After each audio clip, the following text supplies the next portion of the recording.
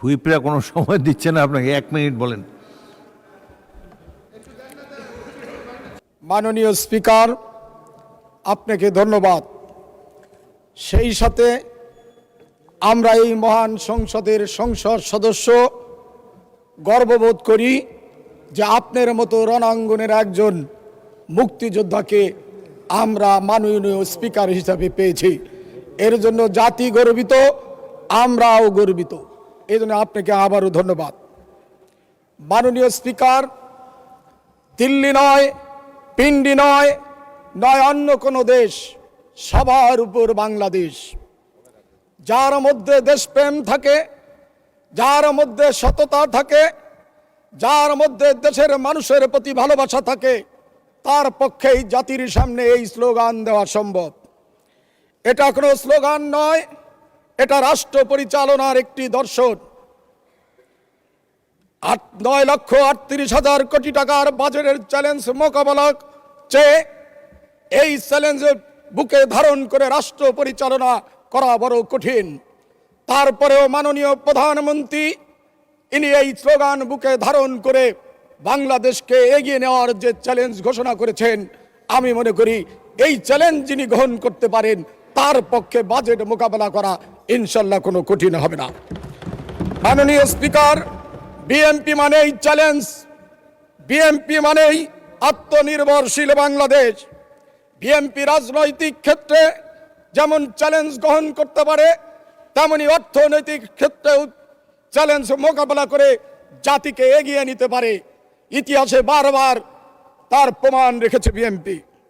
মাননীয় স্পিকার, আমাদের নেতা, আমাদের আদর্শের জনক শহীদ রাষ্ট্রপতি জিয়াউর রহমান যখন রাষ্ট্র ক্ষমতা দায়িত্ব গ্রহণ করেন, তখন শেখ মুজিবের লুটপাট আর দুর্ভিক্ষের উপর দাঁড়িয়ে তাকে অর্থনীতিকে এগিয়ে নিতে হয়েছে।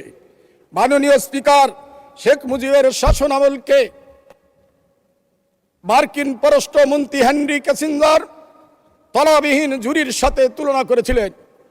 শুধু হেনরি কিসিঞ্জারই নয়, শেখ মুজিব নিজেও আক্ষেপ করে বলেছিলেন, মানুষ পায় সোনার খনি, আমি পেয়েছি চোরের খনি। আমি বিদেশ থেকে চা ভিক্ষা করে আনি, চাটার দল সব লুটে পুটে খেয়ে ফেলে।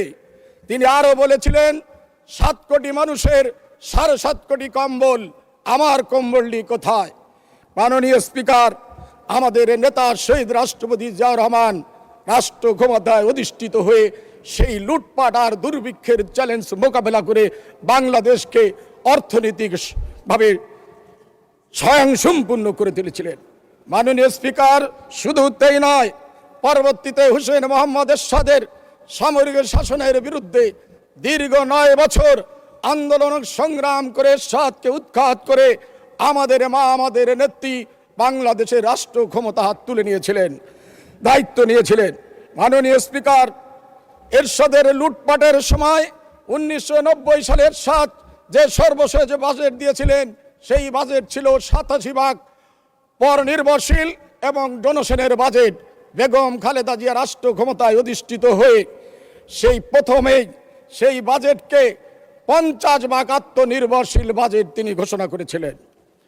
মাননীয় স্পিকার, 1996 সালে শেখ হাসিনা রাষ্ট্র ক্ষমতায় এসে আবার লুটপাট শুরু করে এবং শেয়ার মার্কেট থেকে 96,000 কোটি টাকা লুটপাট করে বাংলাদেশের অর্থনীতির মেরুদণ্ড ভেঙে দিয়েছিলেন। কিন্তু 2001 সালে দেশনেত্রী বেগম খালেদা জিয়া আবার রাষ্ট্র ক্ষমতায় এসে বাংলাদেশের অর্থনীতির চাকাকে সচল করেছিলেন। সেই দিন বেগম খালেদা জিয়ার অর্থনীতির সফলতায় কে বিশ্ব অর্থনীতিবিদ এবং বিশ্লেষকরা এবং বিশ্বের বিভিন্ন সংস্থা বেগম খালেদা জিয়ার অর্থনৈতিক সফলতাকে দক্ষিণ এশিয়ার ইমার্জিং টাইগার হিসেবে তুলনা করেছিলেন। তেমনিভাবে আজ আমাদের নেতা জনাব তারেক রহমান এবং তার সুযোগ্য অর্থমন্ত্রী আমির খসরুদ মাহমুদ চৌধুরী যে প্রেক্ষাপটে জাতির সামনে এই বাজেট উপস্থাপন করেছেন, আমি মনে করি এই বাজেট চ্যালেঞ্জের বাজেট।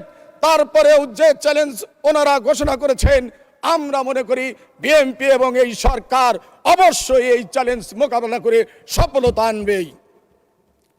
মাননীয় স্পিকার, ফ্যাসিস্ট শেখ হাসিনা পালিয়ে যাওয়ার পূর্বে অর্থনীতির যে করুণ চিত্র রেখে গেছেন তার সামান্য চিত্র আমি জাতির সামনে তুলে ধরতে চাই। 500 টাকার বালিশ যখন 80,000 টাকায় ক্রয় করা হয়েছে, 30,000 কোটি টাকায় 2400 মেগাওয়াট বিদ্যুতের পারমাণবিক বিদ্যুৎ নির্মাণ করা সম্ভব।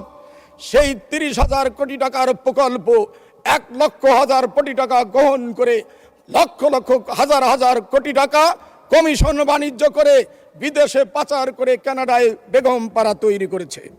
শুধু তাই নয়, ওই সরকারের একজন দরবেশ ছিলেন, যে দরবেশ বাবা তিনি নামে বেনামে বিভিন্ন প্রতিষ্ঠানের নামে লোন দিয়ে 6,40,000 কোটি টাকার ঋণের বোঝা আমাদের ঘাড়ে চাপিয়ে দিয়েছেন। মাননীয় তৎকালীন ফ্যাসিস্ট প্রধানমন্ত্রী তার বাবাকে স্মরণীয় করার রাখার জন্য অপ্রয়োজনীয় কর্ণফুলী টানেল স্থাপন করে জাতির ঘাড়ে ঋণের বোঝা চাপিয়ে দিয়ে গেছেন। শুধু ধন্যবাদ মাননীয় সদস্য।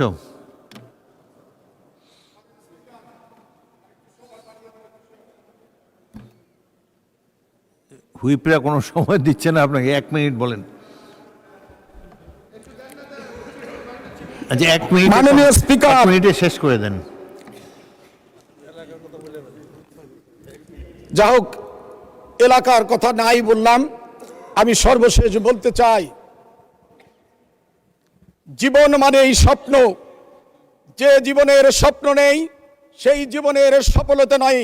স্বপ্ন মানুষকে সফলতার ধার প্রান্তে পৌঁছে দেয়। আমাদের নেতা, আমাদের অভিভাবক জনাব তারেক রহমান 17 বছর নির্বাসিত থেকে বাংলাদেশে এসে তার অযোগ্য অর্থমন্ত্রীকে নিয়ে যে বাজেট জাতির সামনে উপস্থাপন করেছেন, এই বাজেটের মধ্যে মানুষের মুক্তির যে পথ রয়েছে, জাতিকে শিক্ষিত করে তোলার পথ রয়েছে এবং বাংলাদেশকে আধুনিক বিশ্বে একটি আত্মনির্ভরশীল জাতি হিসাবে প্রতিষ্ঠা করার স্বপ্ন রয়েছে। আমি মনে করি এই স্বপ্নের মধ্যে দিয়েই তারেক রহমান বাংলা